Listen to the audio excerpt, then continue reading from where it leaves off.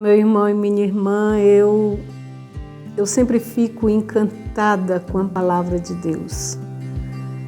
Esta palavra que nos dá vida, que nos vivifica, que ilumina nosso ser e que nos impulsiona também.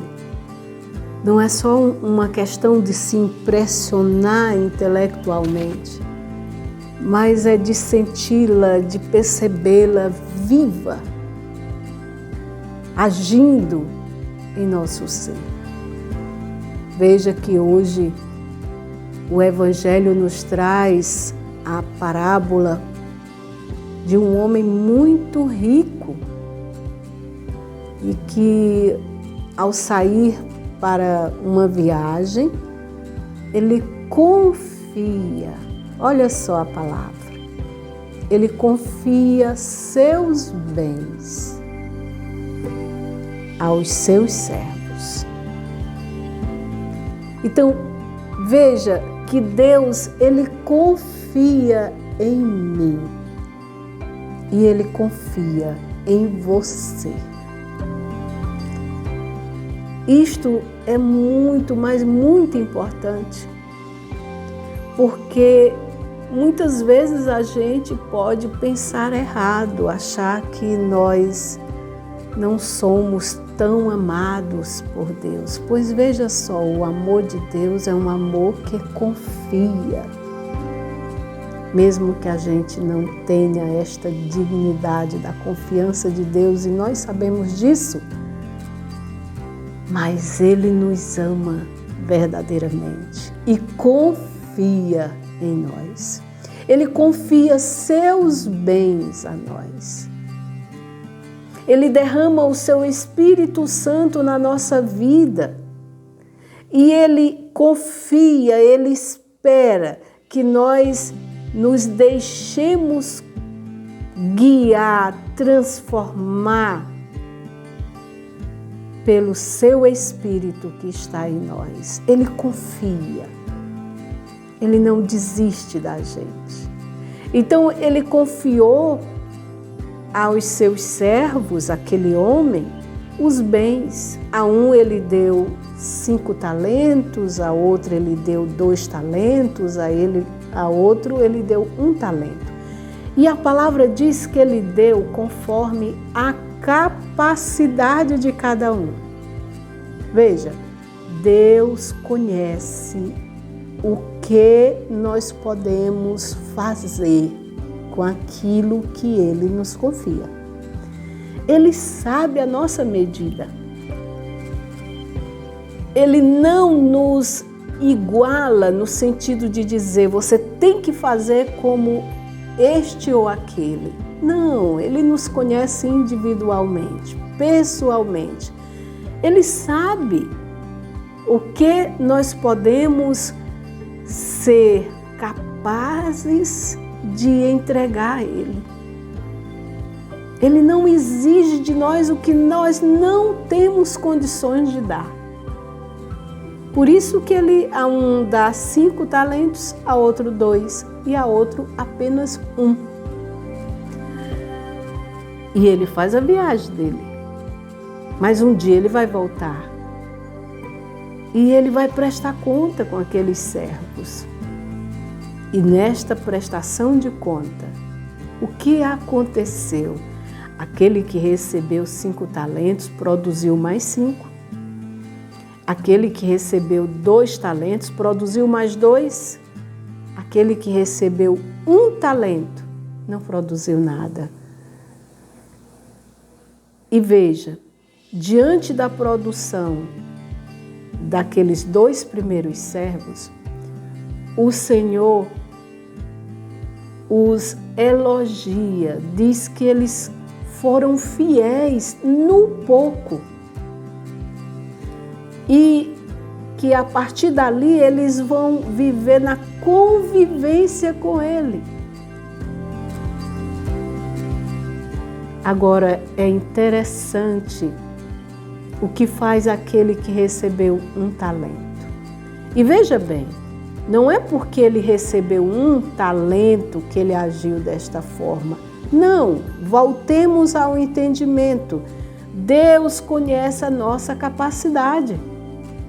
Por isso que ele deu um, porque ele sabia da capacidade daquele servo. Ele não ia dar a ele 5 talentos, porque ele não iria conseguir produzir. Mas quando ele deu 1 talento, ele já sabia que ele teria condições de multiplicar. Mas aquele servo, ele não conhecia o seu patrão. E ele diz isso claramente. Ele o acusa de ser duro, severo, opressor. Por quê? Porque simplesmente ele não queria produzir. E esta era a justificativa dele. Meus irmãos e minhas irmãs, quantas vezes, quando estamos obstinados em nossos pecados, nós não abrimos o nosso coração para Deus, para as graças de Deus, e ainda o acusamos de ser cruel. Quantos de nós que nos dizemos cristãos não conhecemos o nosso Deus, não conhecemos o seu amor, não temos esta experiência com Ele e de entender que a partir desta convivência com Ele é que nós verdadeiramente o conhecemos. E aí então nós enterramos aquilo que Deus nos confia. Nós não queremos partilhar, multiplicar aquilo que Deus nos confia. O que Deus confiou a mim e a você?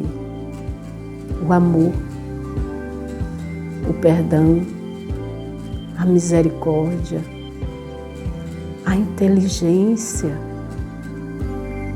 a sabedoria, o discernimento. Sabe, quando nós não damos nenhuma importância a estes bens e que nós queremos simplesmente romper o mundo, destruir as pessoas, porque é assim que a gente quer fazer? Pois é. É aquele servo que recebeu 1 talento e enterrou. E tem também ainda uma outra dedução deste servo, que é quando ele simplesmente é preguiçoso, ele acha que se ele cumprir o seu papel, se ele cumprir os ritos da sua religiosidade, ele já fez o suficiente. E não vigia, e não progride. Meu irmão e minha irmã, Deus nos quer com Ele, convivendo com Ele a cada dia, progredindo na nossa caminhada, na nossa espiritualidade. E quando nós falamos isto, não significa dizer, e eu sempre estou alertando sobre esta situação, não significa dizer que estaremos alienados só na espiritualidade intimista. Não. Porque a verdadeira espiritualidade, a verdadeira intimidade com Deus, a verdadeira convivência com Deus, ela transborda em ações no cotidiano.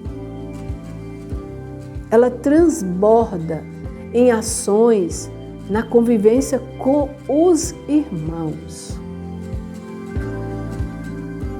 Então, os bens que o Senhor nos confia, e o bem maior, nós somos templo do Espírito Santo.